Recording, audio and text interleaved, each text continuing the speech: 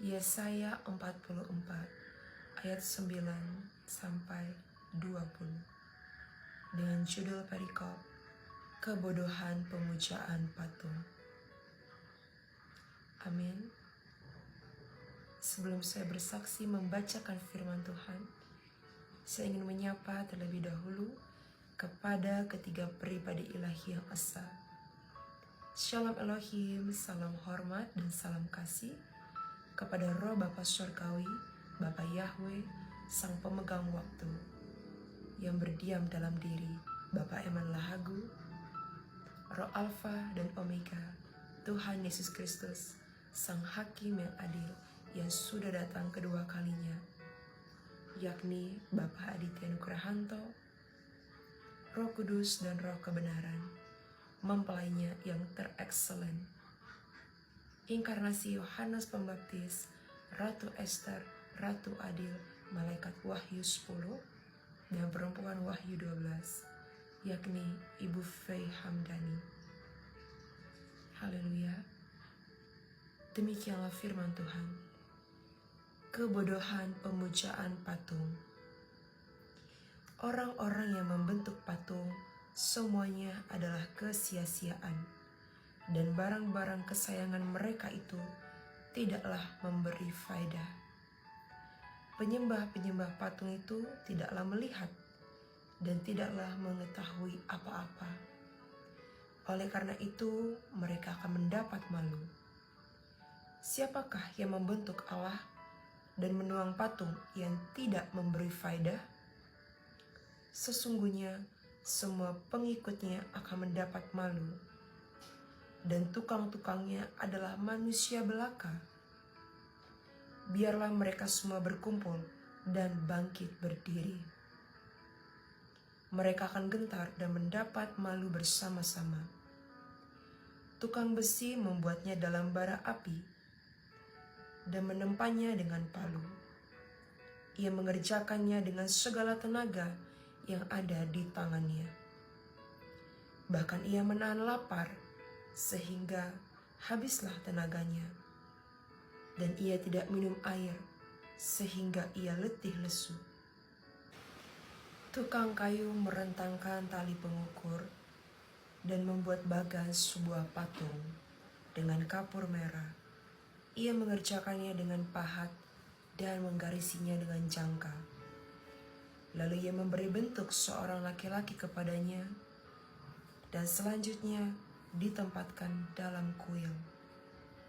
Mungkin ia menebang pohon-pohon aras, atau ia memilih pohon saru atau pohon terbantin, lalu membiarkannya tumbuh menjadi besar di antara pohon-pohon di hutan.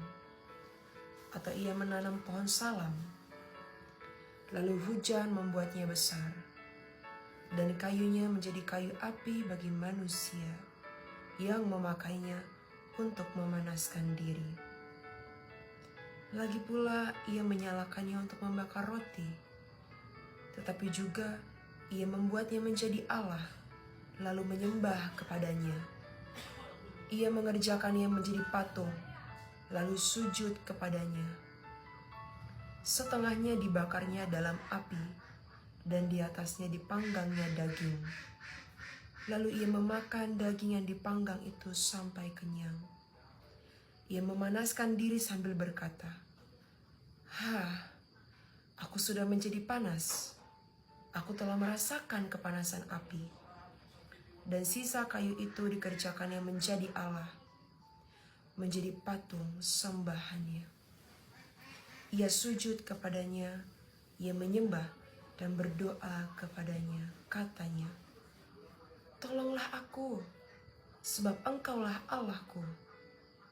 Orang seperti itu tidak mengetahui apa-apa dan tidak mengerti apa-apa, sebab matanya melekat tertutup, sehingga tidak dapat melihat. Dan hatinya tertutup juga, sehingga tidak dapat memahaminya. Tidak ada yang mempertimbangkannya, tidak ada cukup pengetahuan atau pengertian untuk mengatakan, setengahnya sudah kubakar dalam api, dan di atas baranya juga sudah kubakar roti. sudah kupanggang daging, lalu kumakan. Masakan sisanya akan kubuat menjadi dewa kekejian? Masakan aku menyembah kepada kayu kering? Orang yang sibuk dengan abu belaka disesatkan oleh hatinya yang tertipu. Ia tidak dapat menyelamatkan jiwanya, atau mengatakan, bukankah dusta yang menjadi peganganku? Tadi lanjut pada Mazmur 135 ayat 15 sampai dengan 18. Demikianlah firman Tuhan. Berhala bangsa-bangsa adalah perak dan emas, buatan tangan manusia. Mempunyai mulut tetapi tidak dapat berkata-kata. Mempunyai mata tetapi tidak dapat melihat. Mempunyai telinga tetapi tidak dapat mendengar. Juga nafas tidak ada dalam mulut mereka. Seperti itulah jadinya orang-orang yang membuatnya. Semua orang yang percaya kepadanya. Amin. Demikianlah firman Tuhan. Dan lewat kedua firman kebenaran inilah kita mengetahui bahwa patung-patung buatan manusia-manusia belaka dengan berbagai keahlian manusia tersebut, dan orang-orang yang sujud menyembah dan percaya dan meminta pertolongan bahkan keselamatan kepada patung-patung sesembahan itu, semuanya itu adalah kekejian dan kenajisan di hadapan Tuhan Yesus Kristus. Sebab tiada Allah atau Tuhan selain Tuhan Yesus Kristus. Dialah yang awal dan yang akhir, Alfa dan Omega, Sang Pencipta semesta alam ini. Amin. Dan saya akan menyanyikan satu lagu pujian.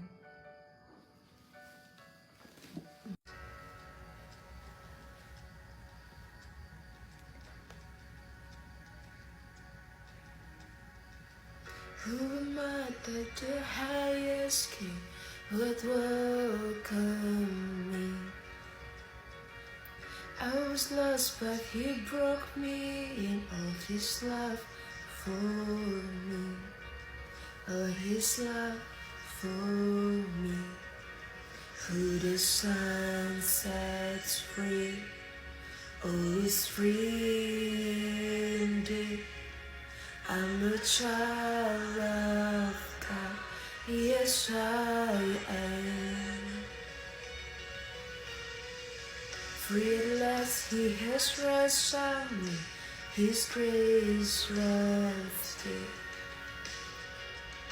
Well, I was the slave to sin, Jesus died for me. Yes, He died for me.